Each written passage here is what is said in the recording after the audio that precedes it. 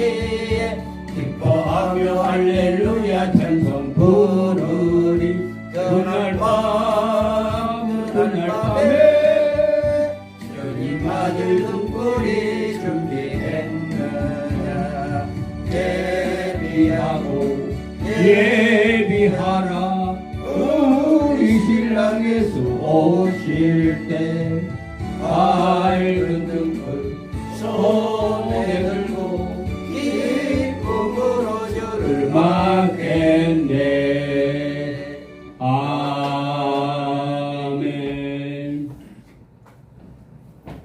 찬송 한곡도 하고 우리 통성으로 기도하고 우리 한번 마무리 기도 우리 언론 목사님이 해주시고 강의를 시작하겠습니다.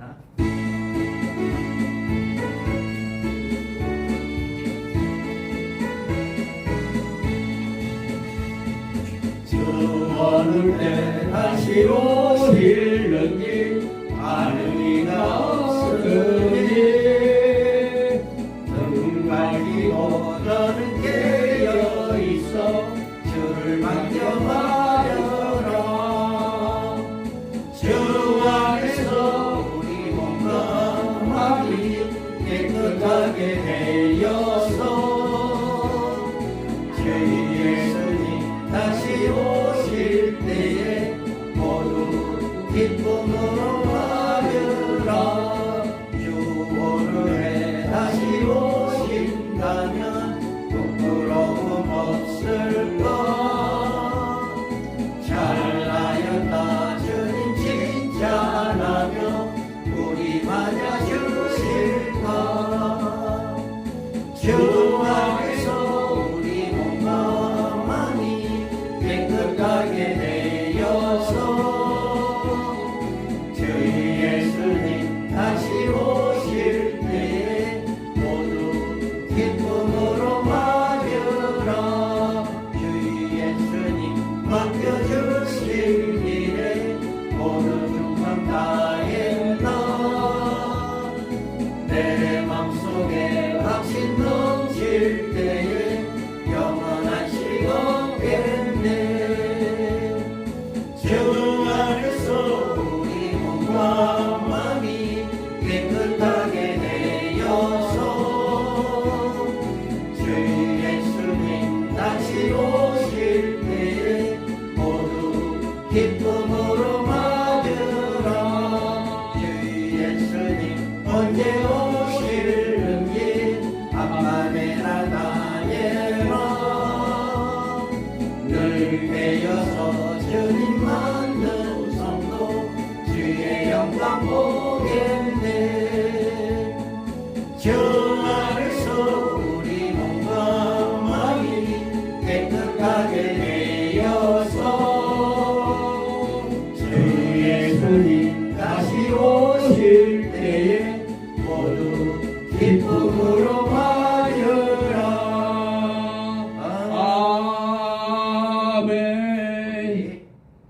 서울의 본부 우리 민병서 목사님 건강하게 하셔서 이제 서울에서도 이 방증소리가 활성화되고 또 우리 호남지에서도 활성화되어서 정말 마지막 때 쓰임받을 종들 지금은 모릅니다. 그러지만 정말 그렇게 마지막 때 쓰임받기를 원하는 그렇게 소망하는 그런 종들이 모여서 정말 한마음 한뜻으로 우리가 기도하며 이렇게 모임을 가지고 서로 교제를 나누는 귀한 모임이 되기를 원합니다. 그래서 우리 호남지에도 주변에 있는 정말 그 두 중에 소망이 있는데도 모르는 분들이 계셔요. 아직 이렇게 세미나를 하고 있다는 것 자체도 모르는 분들이 계십니다. 그래서 그런 분들 하나님 은혜 가운데 만나게 하고 알게 해서 이곳에 와서 이렇게 함께 교제 나누며 이제 그 사명을 잘 감당할 수 있는 귀한 종들이 되게 해달라고 우리 한번 통성으로 기도합니다. 마무리 기도를 우리 언론 목사님이 해주셔서 이제 강의를 시작하는 시간 갖겠습니다. 거룩하신 하나님 아버지 우리 박경설의 생기를 아버지 사랑하여 주시옵소서. 아버지 서울 본부의 아버지 시대의 김경성 목사님 영불만에 강건하게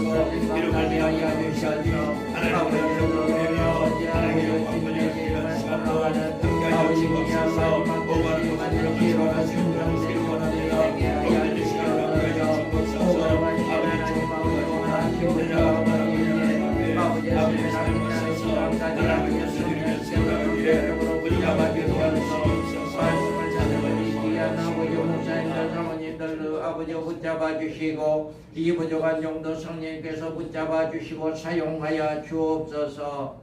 감사하며 예수님의 이름으로 기도합니다. 아멘.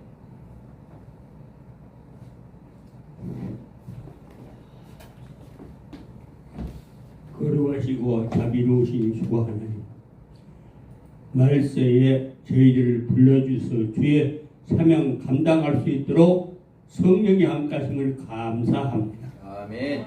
오늘 주의 사자, 귀 쓰는 주의 사자 한장원 목사를 통해서 이 지역사회에 참된 증인들을 위해서 외치는 그의 소리를 성령이 함께 해주시어서 모두가 힘을 얻어 주의 영광 돌리는 남은 생애가 되게 도와주시옵소서. 아멘. 예수님의 이름으로 기도하옵나이다. 아멘. 아멘.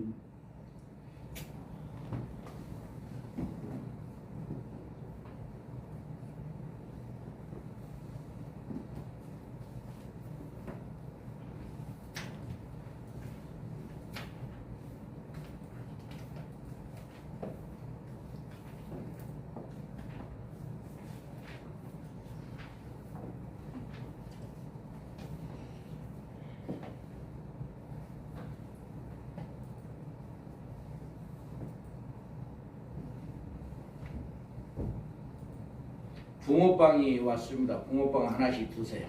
붕어빵. 네.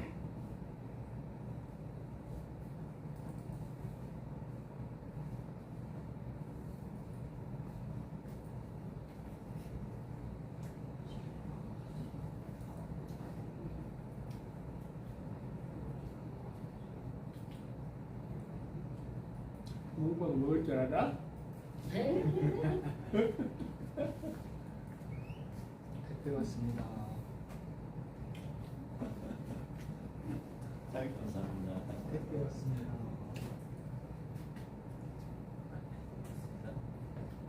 점심 다 먹었네.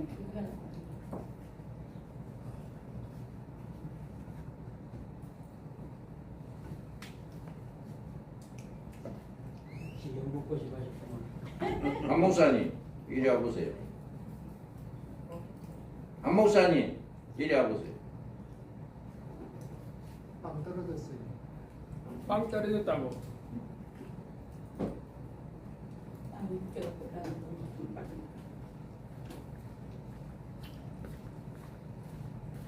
디스플레이가 안 뜨는데 이 내 화면이 떠야 하거든.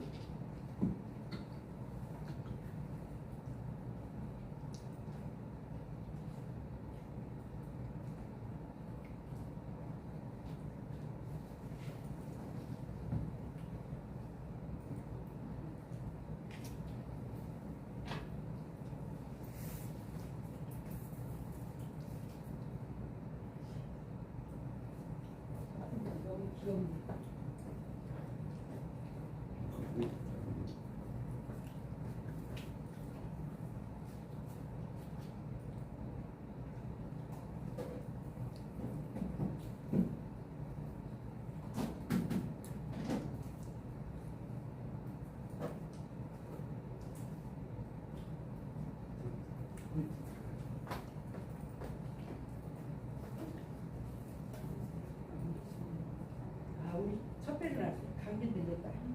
나 가다 감기 들렸어. 따로. 아침에 했는데 또 안 됐네. 아침에 해놨었는데. 자, 우리 오늘 교재 사가입니다. 교재가 32쪽 사가.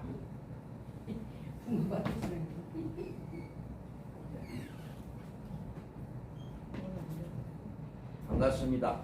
어떻게 여름 잘 지내셨습니까? 반갑습니다. 네, 우리 오늘은 정말로 단기대학 공제 강좌 제4과로 요한계시록의 해석 강좌.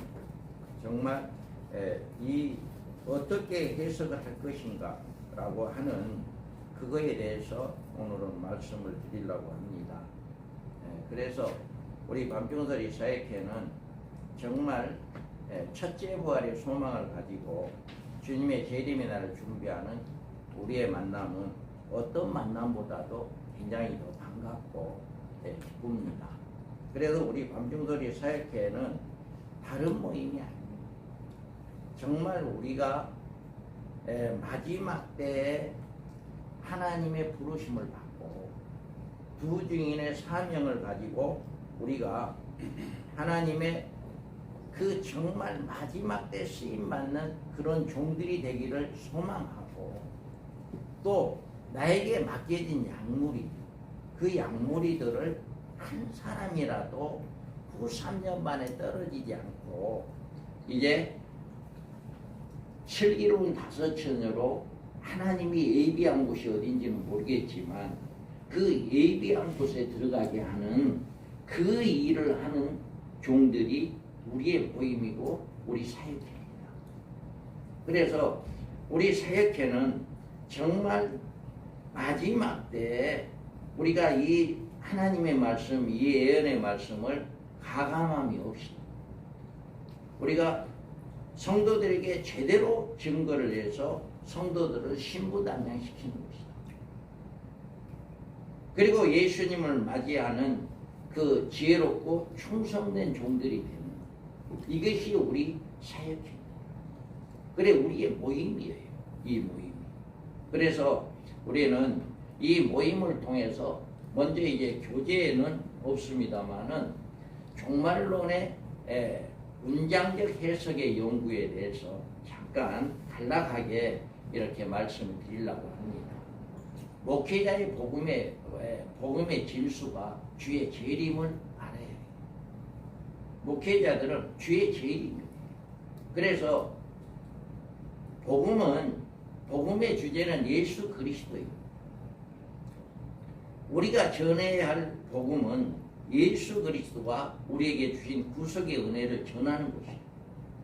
그리고 복음은 반드시 하나님의 심판에 따라야 하는 거예요.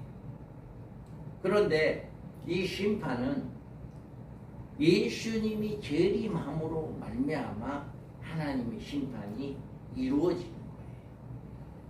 그렇기 때문에 주님의 재림 없이는 복음의 결실이 있을 수가 없습니다. 주님은 그의 재림에 대해서 단호하게 그리고 확고하게 많은 말씀을 했어요. 노아의 때와 같이 인자가 임함도 그러한다. 또 이러므로 너희도 예비하고 있으라. 생각지 않을 때 인자가 온다. 또 인자가 올 때 세상이 믿음을 보겠느냐 라고 이런 여러 가지 말씀을 주님은 하셨어요. 그런데 그것보다도 더 강력한 메시지가 있어요. 그 메시지는 보라 내가 속히 오리니 이 책의 예언의 말씀을 지키는 자가 복이 있다라고 이야기해요. 우리는 이 말씀이 속히 오신다라고 하면서 이 말씀을 지키는 자가 복이 있다라고 하죠. 그래서 이것들을 증거하신 이가 가라사대 내가 진실로 속히 오리라 하시거늘 아멘 주 예수의 오시옵소서. 우리는 늘 이 고백이 우리의 고백이 되어야 해요. 이 고백이. 그래서 우리가 주님의 재림에 담겨져 있지 아니한 복음은 진정한 복음이 아니에요. 주의 재림이야말로 구원의 안성을 이루는 일이며 성도들의 가장 놀라운 축복을 안겨주는 복음의 성취의 최종적인 최대의 사건입니다. 우리 성도들이 안겨준 최대의 사건입니다. 그런데 하나님의 종들이 강단에서 전하는 메시지는 두 가지로 요약될 수가 있어요. 하나는 그리스도의 복음을 주의 재림과 연결시켜서 성도들로 그들의 신앙생활을 주의 재림에 소망을 두게 하는 방법. 그리고 또 하나는 그리스도의 복음을 세상에서 살아가는 그리스도인의 생활과 연결시켜서 성도들로 세속적인 생활에 소망을 두게 하는 겁니다. 그러니까 복음은 똑같아요. 복음은 성경은 똑같잖아요.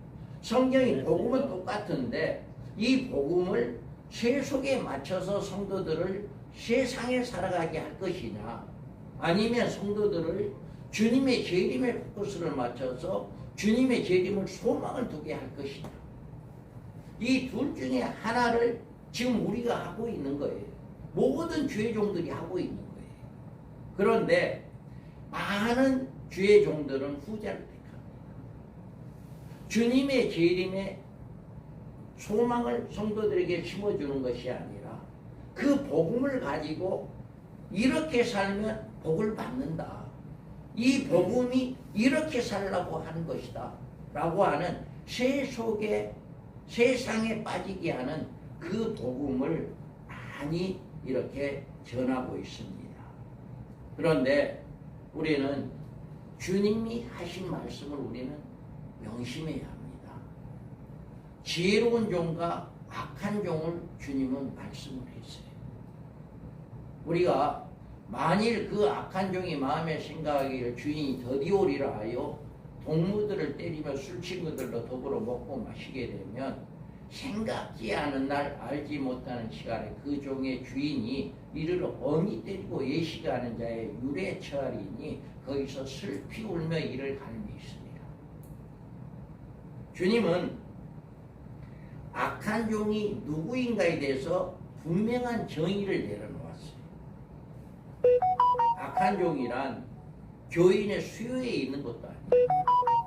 교인이 몇 명 되고 많고 적고 이걸로 악한 종을 구분하는 게 아니고, 또 목회자의 자질이 있는 곳에 목회자의 자질로 인해서 악한 종, 선한 종을 구분한 게 아니다는 거죠. 그리고 설교를 잘하고 못하는 이런 걸로도 악한 종과 지혜로운 종을 구분한 게 아니다. 목회를 잘하고 못하는 그런 기준에 둔 것도 아닙니다. 여기에서 주님이 이야기하는 악한 종은 주인이 더디오리라 하는 이 말씀을 목회하는 하나님의 종들이라고 생각합니다. 우리는 이 악한 종들은요, 예수님의 재림에 관심이 없어요. 굉장히 교회가 크고 굉장히 성도들이 많고 이렇게 교회 목회 이제 뭐예요? 선교 활동도 잘하고 구제 활동도 잘하고 뭐 모든 것을 잘해요. 그런데 주님의 재림에는 관심도 없어요.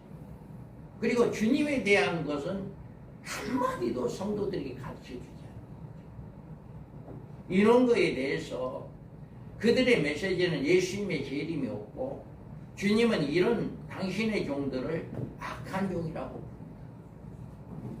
그래서 이런 종들의 메시지는 결국 그 말씀을 듣는 성도들로 노아의 시대 사람들처럼 세속 생활에 깊이 잠들게 하는 거예요.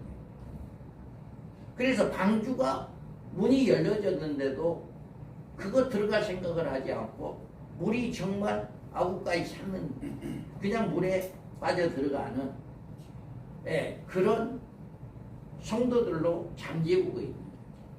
그래서 예수님께서는 인자가 올 때 세상에 믿음을 보겠느냐라고 말씀하십니다.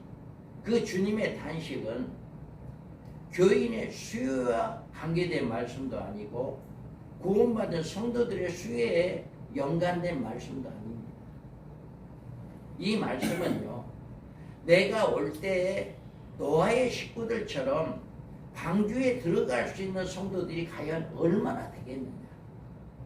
다시 말하면 신랑을 맞이한 신부단장을 한 성도들이 과연 얼마나 되겠느냐라고 하는 이 말씀, 인자가 올 때 믿음을 보겠느냐라고 하는 이 말씀은 바로 얼마나 하나님의 예비한 곳에 들어갈 수 있는 성도들이 얼마나 되겠느냐라고 하는 것을 의미할 수가 있는 것입니다. 우리가 신랑을 맞이할 종말에 하나님의 교회가 이처럼 주님 보시기에 불신적인 교회로 전락되어 가고 점점 우리 이런 주님의 소망을 가지고 있었다가도 지금은 점점 떨어집니다. 이런 말씀 듣기를 거부해요. 그리고 세속으로 빠져나가요. 왜 그러느냐? 그들은 주님이 더디오리라고 하여 동무들을 때리며 술친구들도 더불어 먹고 마시는 생활에 이제 건장했기 때문에 세속이 더 좋아져 버려요. 그래서 동무들을 때리고 술친구들로 더불어 먹고 마시는 일이라고 하는 것은 세속적인 신앙생활을 가르쳐요. 많은 목회자들이 세속적으로 달려가고 있으니까 나도 그 무리에 들어가서 거기서 같이 그냥 노는 거예요. 마치 그것이 목회를 잘하는 것처럼 생각을 하고 있는 거예요. 네. 그래서 성경은요 이렇게 이야기합니다. 먼저 이것을 알지니 말세에 기롱하는 자들이 와서 자기의 정욕을 쫓아 행하며 기롱하여 가로되 주의 강림하신다는 약속이 어디 있느냐? 조상의 잔으로부터 만물이 처음 창조할 때와 같이 그냥 있다. 이와 같이 성경의 주님 재림의 약속을 없인 여기는 자들과 기롱하는 자들이 누구인가를 이렇게 말씀하고 있습니다. 그래서 만약 주의 종들이 강단에서 주의 재림의 메시지를 전하지 않고 먹고 마시고 장가들고 시집가고 집을 짓고 사고 파는 일에 신앙생활에 기준을 두는 메시지는 절한다면 이런 종들이 악한 종들이다. 주님으로부터 책망을 받을 종들이다라고 하는 거죠. 그리고 주의 강림을 하신다는 약속이 어디 있느냐 하면서 교회로 깊이 잠속에 빠지게 하는 기롱하는 자들의 무리에 들어간다라고 하는 것입니다. 우리 방종설이 사역회 모든 회원들은 지혜롭고 충성된 종들이 되기를 바랍니다. 그 세속에 빠져가는 그 무리에서 정말 우리는 나와야 해요. 그리고 우리가 강대상을 예치할 것은 세상이 복이 아니라 주님의 재림을 예치는 주님을 선포하는 주님의 재림을 선포하는 그런 종들은 지혜롭고 충성된 종이다라고 주님은 말씀하고 있습니다. 그래서 우리가 우리 모임이 정말 어떤 모임인가라고 하는 것을 잘 깨달을 수가 있습니다. 그래서 우리가 정말 앞으로 지혜롭고 충성된 종이 되어서 우리가 주님 우리 성도들 정말 마지막 때 슬기로운 5천으로 양육해서 한 사람이라도 후 3년 만에 떨어지는 그런 불행한 일이 없도록 우리는 잘 양육해야겠다라고 하는 것을 우리가 깨달을 수가 있습니다. 그래서 우리 원중설이 사역회 모든 회원들은 이제 점점 많은 사람들이 세속에 물들어가고 세속을 향해 달려간다 할지라도 우리만큼이라도 늘 깨어 기도하는 귀한 종들이 되기를 주님의 이름으로 축복합니다. 아멘.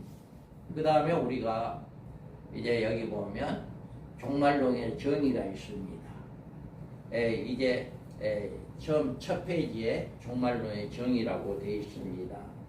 요한계시록은 추측은 전개되는 인류의 최종적인 사건은 주의 재림입니다. 그리고 하나님의 심판이 있고 부활이에요. 그리고 천국 등에 관한 종합적인 정립을 종말론이라고 이렇게 이야기를 합니다. 그래서 종말론은 반드시 연구하고 정립되어야 합니다. 하나님은 창세전에 그리스도 안에서 예정된 하나님의 아들들을 창조하시려고 이 세상을 창조했어요. 그리고 우리는 그리스도 안에서 하나님의 아들로 창조받기 위해서 세상에 태어났습니다. 하나님의 아들은 그리스도와 연합을 통해서 하나님의 의와 영원한 생명과 신령한 몸을 가져야 해요. 그래서 모든 피조물은 하나님의 의와 생명을 가질 수 없고 신령한 몸도 소유할 수 없다. 그래서 이런 창조는 그리스도와의 연합을 통해서만 가능하다. 예수님과 연합할 때만 가능하다. 그래서 우리는 예수를 믿기 위해서 세상에 태어났다라고 하는 것입니다. 이런 구원의 안성을 종말적 사건을 거쳐야 성취해야 됩니다. 종말적인 사건의 핵심은 주의 재림입니다. 그래서 주의 재림으로 이 세상을 심판하시고 천년왕국을 세워지고 마지막 생명의 부활과 또 영원한 사망의 심판이 일어나고 호련한 변화로 신령한 몸을 입어 하나님의 아들로 창조되는 창조의 완성이 되어집니다. 우리는 이 몸 가지고 천국에 갈 수가 없잖아요. 그래서 내 안에 있는 영혼이 지금 천국에 가 있는 거고요. 죽으면은 그리고 천년왕국이 끝나고 난 다음에 그 영혼들이 백보자 심판 때 나옵니다.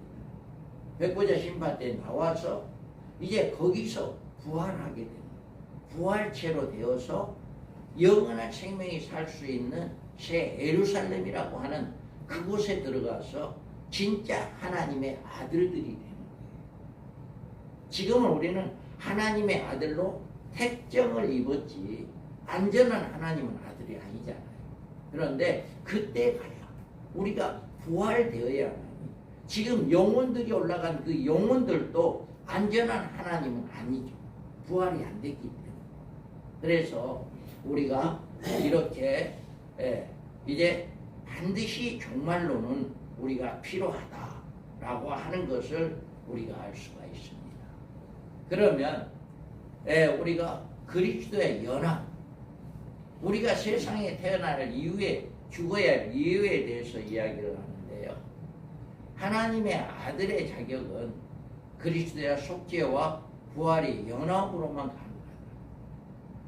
로마서 6장 5절에 만일 우리가 그의 죽으심을 본받아 연합한 자가 되었으면 또한 그의 부활을 본받아 연합한 자가 되리라. 아멘.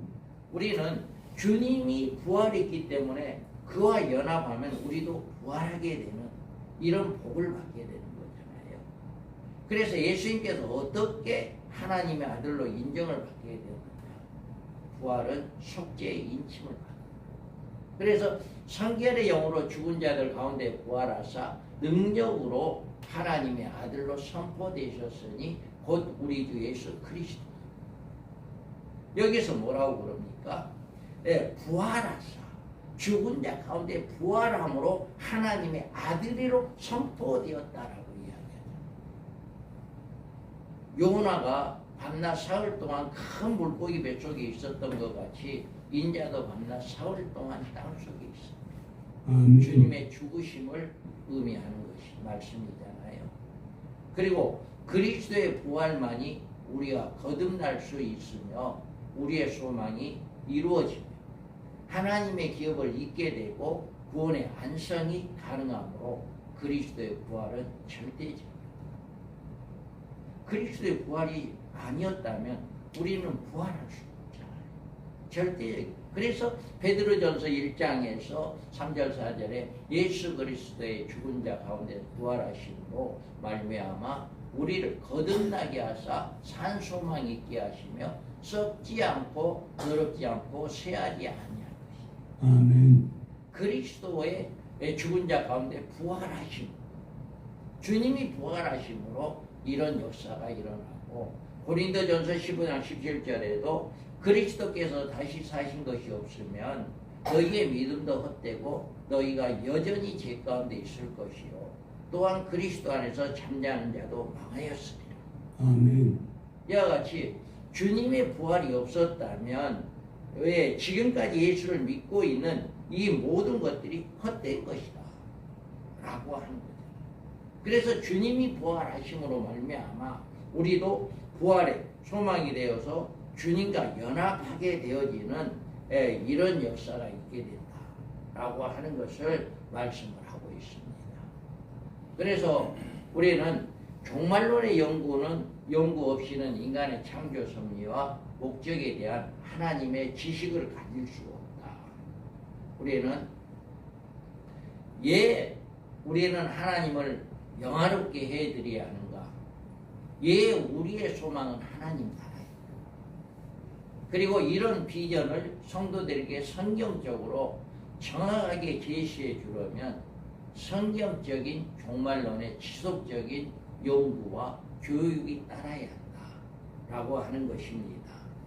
그래서 우리는 이 종말론을 반드시 연구되어야 하고 또 종말론을 반드시 우리는 배워야만이 서두에 제가 말씀을 드렸듯이 주님의 재림을 바로 정립할 수가 있고 주님의 재림을 바로 전할 수가 있게 된다라고 하는 거예요. 그러면 우리가 요한계시록의 해석법에 있어서 우리는 요한계시록은 이제 해석하기 위해서 지금까지 교회가 요한계시록을 어떻게 해석해 왔으며 바른 해석법이 어떤 것인지를 알아야 합니다. 그래서 요한계시록의 그 특이한 상징적인 성격 때문에 해석법의 이해가 중요하다. 우리는 해석법이라고 어떤 사건이나 말이 나와 무슨 관계가 있는지를 알아내는 방법을 가리키는 것으로 예로부터 지금까지 계시록이 해석하는데 대체로 4가지의 방법으로 계시록을 해석해요. 제가 어떤 목사님이 666 짐승에 대해서 설교를 한다고 주보에 나와 있길래 넌지시 한번 여쭤봤어요. 목사님은 성도들에게 주보에 이렇게 나와 있던데 666을 성도들에게 뭐라고 가르칩니까? 라고 이야기를 해봤어요. 주보에 있으니까. 다음 이번 수요일날 설교에 이제 짐승과 666이다 라고 이야기를 써놨더라고요. 그래서 목사님은 666을 뭐라고 성도들에게 가르칩니까? 라고 물어봤더니 666은 앞으로는 어떤 이제 종말에는 어떤 사람이 나올지 모르겠지만 지금은 물질적인 세계에 어떤 핍박이 있게 될 것이다. 이렇게 이야기를 한다라고 이야기한다. 그러니까 666표를 물질적인 핍박으로 이야기를 한다. 과연 그것이 맞을 것인가? 어떻게 생각하세요? 물질과 666표가 물질과 관계가 있는 건가요? 그거 좀 이제 그래서 아무 말도 안 했어요. 그러시냐고. 몇 번 오라고 했는데 안 오더라고요. 여기를 우리 한번 하니까 한번 와서 들어봐라. 그런데 이 핑계 저 핑계 대고 안 오더라고요. 그래서 더 이상 이제 권유하지 않는데 그렇게 우리는 이 성경 해석을 어떤 식으로 해석을 하느냐라고 하는 거죠. 우리는 거짓 선지자 중에 2 종류가 있다고 합니다. 하나는 자기가 이게 거짓말인 줄 알고 거짓말을 하는 거예요. 남을 속이는 거예요. 그렇게 하는 거짓 선지자가 있고요. 하나는 자기도 몰라요. 내가 지금 속고 있는지를 모르는 거예요. 내가 잘못되지 않은 걸. 그러니까 예를 들어서 누가 나에게 무슨 이야기를 했어요. 그런데 그 사람 말을 진짜로 아는 거예요. 진짜로 알고 그 말을 또 다른 사람에게 진짜인 것처럼 전하는 거예요. 자기도 속고 있는 거예요. 자기도. 남만 속이는 게 아니라 자기도 속고 있는. 그런데 남을 자기가 알면서 남을 속이는 그 거짓 선지자들은 금방 탄로가 나버려요. 금방 탄로가 나버리는데 자기도 속고 있는 이 거짓 선지자는요, 자기가 확신을 하고 있으니까 많은 사람들이 미혹당하죠. 이단들에게 미혹당하는 이유가 바로 그거예요. 자기도 속고 있으면서 지금 이단 복음을 증거하고 있는 거죠. 잘못 해석을 하고 이게 진짜 맞다라고 하는 거죠. 그러니까 더 확신을 가지고 이야기하니까 이렇게 많은 사람들이 미혹을 당하게 되는데 우리가 정말 분별을 해야 한다. 마지막 때 거짓 선지가 되지 않기 위해서는 정말 분별을 해야 한다.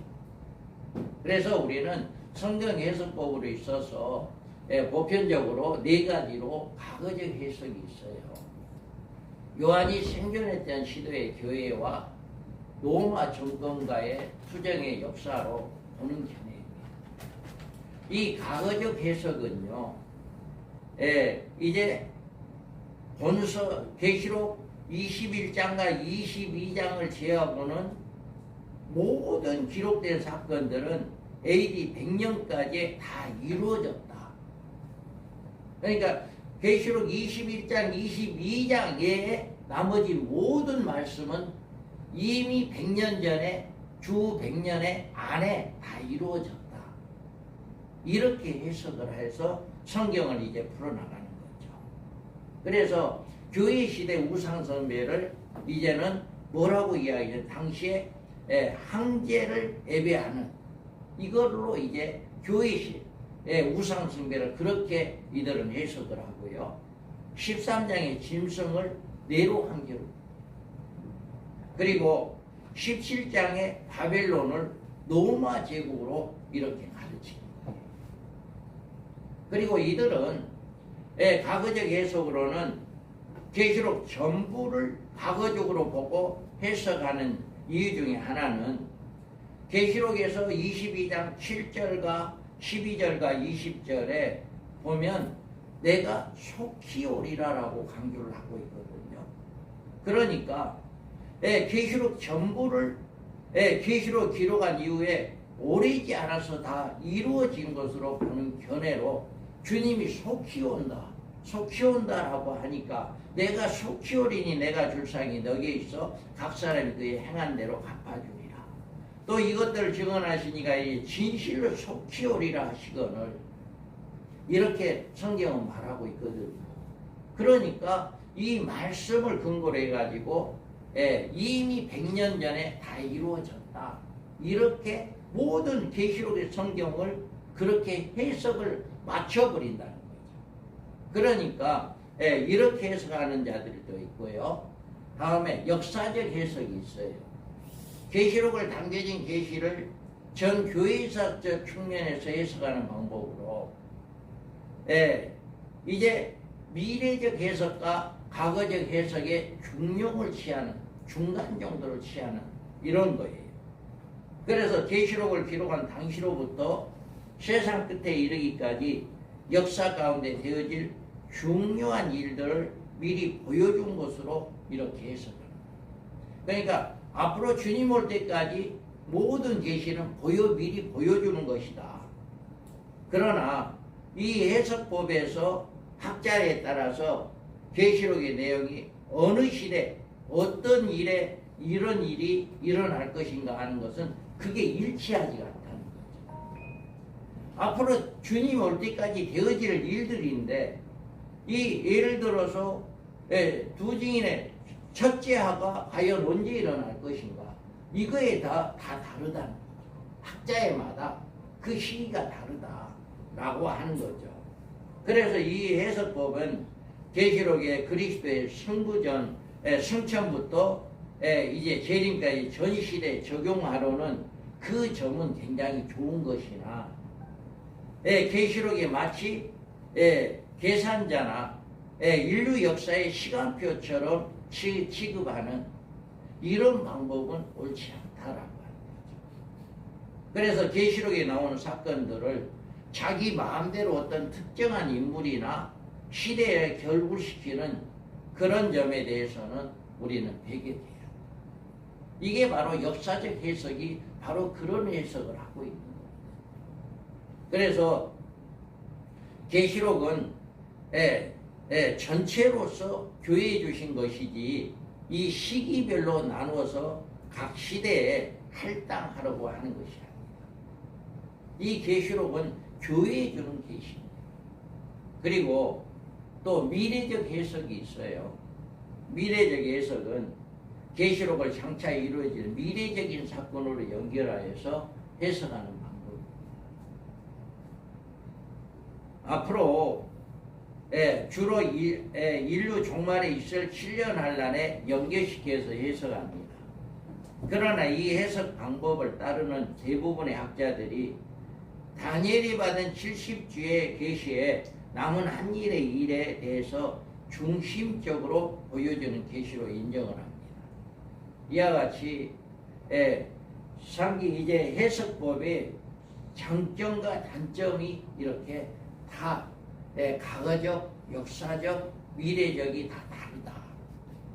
그런데 우리는 단점은 배격하고 장점을 우리는 다 살려서 하나의 이렇게 이제 종말론의 바른 정의를 내려야 한다라고 하는 것을 우리가 볼 수 있고요. 또 네 번째로는 영적 해석이 있어요.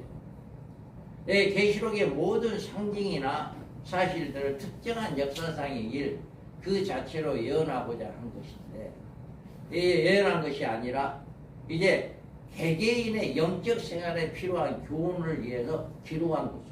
그러니까 계시록이 어떤 앞으로 되어질 하나님의 예언적인 사건이 아니라 개인들의 그 영적 성장을 위한 성장을 시키기 위한 그런 걸로 이렇게 해석하는 경우가 있다.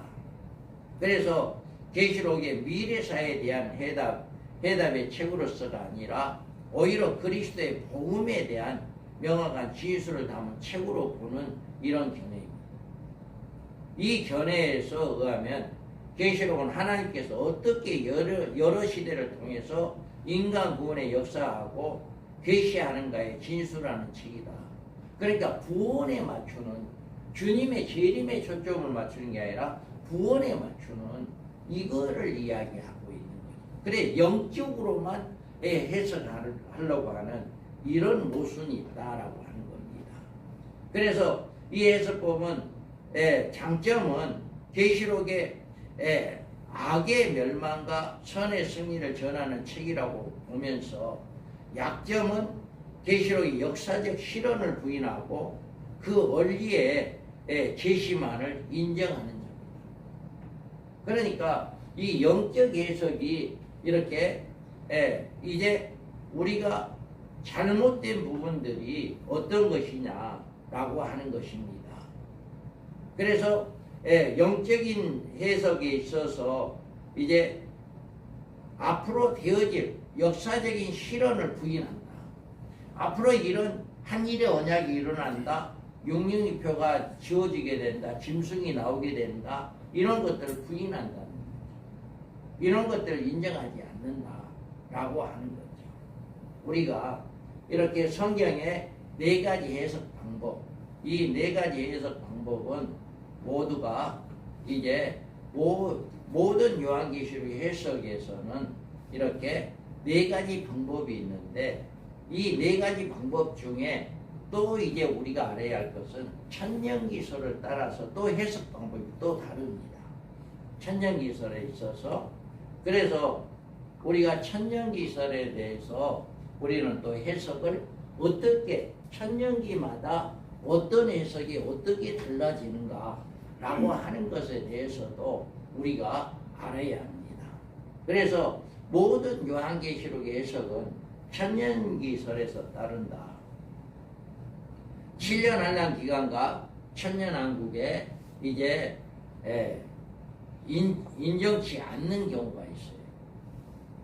그러니까 교회 시대 한일의 언약의 1260일간을 디도의 침공 시대로 로마 시대에 그걸로 보는 거죠. 그리고 1260일간을 복음 전파 시대. 그러니까 한일의 동안을 이렇게 로마의 전 3년만과 후 3년만으로 나누는데 전 3년만은 디도의 침공으로 보고 후 3년만은 이제 복음 전파 시대로 봅니다. 이들은 주님이 재림하면 죽은 성도들이 부활하고 생전 성도가 변화되고 공중에 올라가 수유가 되고 백보자 심판을 통해서 영원한 천국에 들어간다. 이렇게 이제 7년 한란 기간을 천년왕국에 인정치 않는 이렇게 해석하는 방법이 있고요. 또 7년 한란 기간과 천년왕국을 인정하는 경우가 있어요. 그래서 교회 시대 한일의 언약을 교회 시대로 전 3년 반은 교회 시대 7년 한란 이제 이렇게 기간으로 이렇게 보고 주님의 재림하고 첫째 부활자와 생존 성도가 공중에 올라가서 이제 휴거를 하고 천년왕국을 통해서 백보자 심판과 영원한 천국 새 예루살렘에 들어가는 이렇게 이제 천년왕국을 인정하는 이렇게 해석하는 경우가 있다. 그러니까 이 두 가지 천년왕국을 인정하지 않는 해석 방법과 천년왕국을 인정하는 해석 방법이다 라고 하는 것을 우리가 볼 수가 있습니다. 그래서 우리가 무천년설의 종말관을 살펴본다면 주님의 초림합니다. 초림부터 주님의 재림까지가 교회 시대입니다. 무천년주의자. 그래서 지금이 우리가 천년왕국에 우리가 살고 있다. 이렇게 이야기를 하고 있죠. 그래서 주님이 재림하면 죽은 성도의 부활과 생존 성도의 변화가 돼서 백보자 천년왕국이 없으니까 백보자 심판 때 바로 가서 천국과 지옥으로 갈라진다. 이렇게 이야기를 합니다. 그러면 70일회로 본 무천년설은 70일회가 시작이 됩니다. 그리고 예루살렘이 중건하는 영이부터 날 때부터 7일회와 62일회가 이렇게 있습니다. 그리고 초림 메시아가 이제 오고, 초림 메시아 오고 한 일회 동안 1260일, 1260일 이 기간을 교회 시대로 교회 시대 중에 70년 기도에 의해 한 일에 예루살렘을 침공했던 그걸로 전 3년 반을 그리고 후 3년 반을 인류 종말에 후 3년 반까지 간다. 이렇게 해석을 합니다. 그러므로 주의 재림이 나오고 백보자 심판이 이루어지는데 이 무천년설의 종말간의 문제점이 그럼 뭐냐? 7일회와 60일회가 계속되듯이 한 일에도 69일회를 계속 되어집니다. 그래서 지금 천년왕국 시대다라고 하는 거예요. 한 일회가 따로 떨어진 것이 아니라 이미 디도가 이제 70년도에 이제 이렇게 했던 이런 거 다 이어지는 거죠. 그래서 지금도 이제 7일이나 60일이나 같이 이어졌던 것처럼 한 일에도 이어져야 한다. 이렇게 이제 주장을 하고 있고요. 그리고 디도에 의해서 예루살렘의 침공 사건을 한 일의 전반부로 그 이후에 후 3년 반으로 지금 우리가 후 3년 반의 기간에 살고 있다. 이런 주장으로 종말에 있을 7년 한란설을 배경으로 7년 한란 앞으로 없다. 이렇게 이야기를 하죠. 무천년설은. 그리고 이런 해석으로 다니엘서 9장 27절에 한일의 언약자가 짐승이 아니라 예수님입니다. 무천년자들은 짐승이 아니라 예수님이라고 이야기합니다. 그리고 무천년설에서는 한일회가 교회 시대가 되고 이 교회 시대가 천년왕국이라고 주장을 합니다. 주님의 재림과 인류의 부활과 산자의 변화와 백보자의 심판이 동시에 이루어져서 천국과 지옥으로 끝나게 되어진다 라고 하는 것으로 이렇게 주장을 하고 있습니다. 이게 바로 무천년설의 이제 종말관 이자들은 이런 주장을 하고 있고요. 또 이제 무천년설은 그들의 새로운 학설로 종말의 모든 계시를 상징적 혹은 영적으로 해석합니다. 모든 것을 상징 아니면 영적으로 이렇게 해석을 하는 게 바로 무천년주의자들입니다. 그렇다면 또 후천년설이 있어요. 후천년설은 주님이 재림이 천년왕국 후에 온다고 종말론의 학설이에요. 이거는 지금 안 쓰죠. 그래서 초림이 있고 복음전파 교회 시대 주님의 지상 재림이 있고 천년왕국 이것도 무천년설과 비슷하죠. 천년왕국 시대다 이렇게 이야기하는 것처럼 그래서 거의 다 무천년에 가까운 것인데 이 한 가지 다른 것은 주님이 재림 후에 왕국 후에 천년왕국 후에 주님이 온다 라고 한 이것이 다른 거예요. 무천년하고. 그래서 후천년설의 그 문제는요, 그리스도의 재림이 천년왕국 후에 온다는 소리고, 복음이 점진적으로 확대되어 그 효과로 천년왕국 시대를 이룬다. 지금 우리가 천년왕국 시대를 이루어가고 있다 라고 하는 거죠. 천년 후에 배교와 투쟁과 환란이 있은 후 주님의 재림이 있다 라고 이야기하고, 부천년설은 성경에 나오는 종말의 징조와 배치됩니다. 전혀 이건 다른 거죠. 그래서 부천년설은 계시록의 종말 계시에 완전히 이제 상징화시켜버립니다. 모든 것을 다 상징화시켜버립니다. 그래서 부천년설에는 현재 어느 교단도 수용하지 않고, 처음에 이제 천년기설들이 막 들어왔을 때 이런 것들이 있었는데, 지금은 어느 교단도 이렇게 부천년설에 대해서는 사용하지 않고 있어요. 네. 우리 세대주의, 우리가 27분인데요. 자, 세대주의하고 이제 쉬는 시간을 갖겠습니다. 세대주의 전천년설은 유대인의 중심으로 세대주의를 각색한 천년기설이다. 우리가 이 세대주의를 한번 잘 보세요. 인류 역사의 7세대로 구분을 한다. 그래서 제1세대는 무죄시대다. 무죄시대는 범죄하기 이전에 에덴 시대를 1세대로 이렇게 구분을 하고요. 이 시대는 양심 시대로 아담부터 노아의 시대까지를 이 시대로 2세대로 이야기합니다. 그리고 3세대는 인간의 통치 시대로 노아 때부터 아브라함 시대까지가 인간의 통치 시대다. 이렇게 이야기를 하고, 4세대는 아브라함부터 모세까지다. 이게 4세, 모세까지. 그리고 5세대는 율법 시대로 모세로부터 예수님까지가 5세대다. 이렇게 구분을 합니다. 그리고 이제는 공중재림과 휴거가 있는데, 6세대는 왕국 연기 시대다. 예수님부터 7년 환란 전까지, 지금 우리는 이 세대주의자들의 천년기설을 따른다고 한다면 우리는 어떤 시대에 살고 있냐면 6세대에 살고 있는 거예요.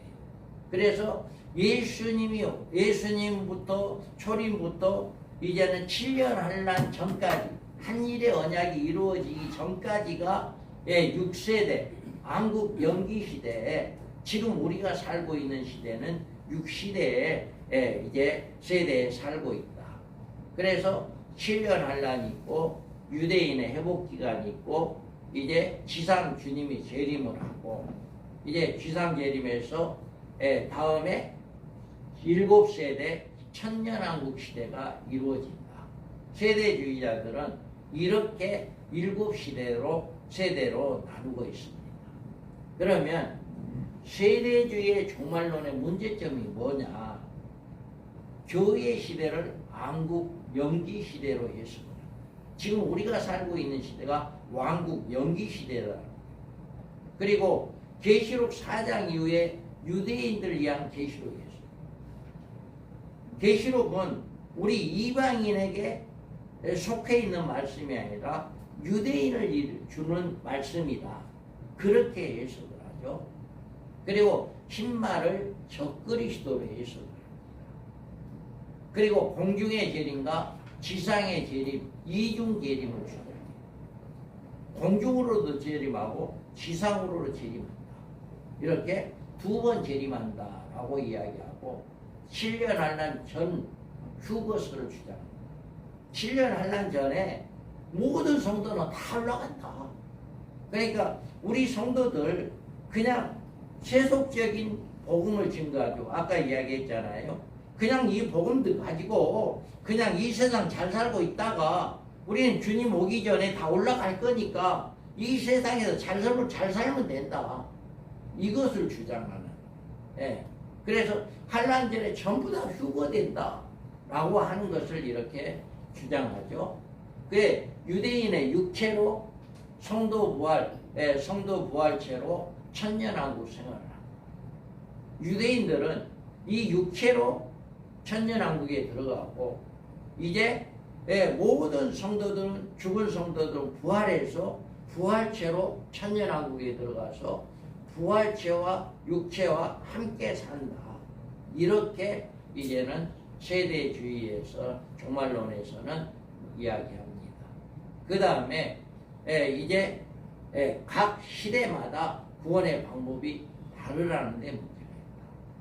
그래서 이렇게 7세대로 나누어 가지고 이렇게 종말관을 정립하는 것이 바로 세대주의 종말관이다 라고 이야기합니다. 우리는 이런 것들을 통해서 어느 것이 정말 정확한 종말관인가를 구분을 해야 한다라고 하는 것입니다. 한 10분 쉬고 다시 이제 역사적 전철연설에 대해서 공부하겠습니다. 뒤에 붕어빵이 많이 왔습니다.